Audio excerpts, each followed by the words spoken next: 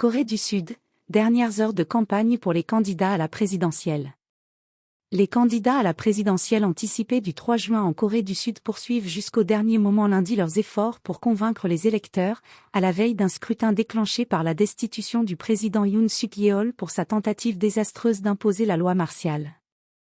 Les Sud-Coréens espèrent que cette élection leur permettra de tourner la page après 6 mois de chaos politique, marqués par des manifestations massives, des rebondissements judiciaires et une succession inédite de présidents intérimaires. Tous les sondages prédisent une victoire du candidat de centre-gauche Lee Jae-myung, battu d'un cheveu par Yoon Suk-yeol lors de la présidentielle de 2022. Le dernier sondage Gallup autorisé avant l'élection le crédite de 49 suffrages pour ce scrutin à un seul tour, contre 35% pour le conservateur Kim Moon-so, du Parti du pouvoir du peuple, PPP, l'ancien parti de M. Yoon. Les deux candidats ont présenté leur campagne comme un combat vital pour l'âme de la nation, dans une Corée du Sud polarisée à l'extrême. Publicité.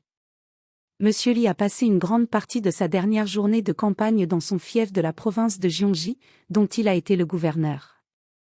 Il devait se rendre en soirée dans le quartier de Yeouido à Séoul, là où la révolution de la lumière a commencé, selon ce parti, qui a ainsi baptisé la confrontation entre députés et militaires le soir de la déclaration de la loi martiale.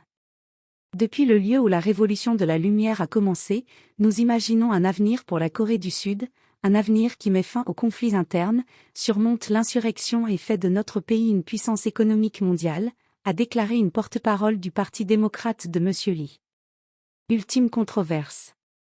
Lee Jae-myung et près de 200 autres députés avaient réussi à se faufiler, dans la nuit du 3 au 4 décembre 2024, dans le Parlement cerné par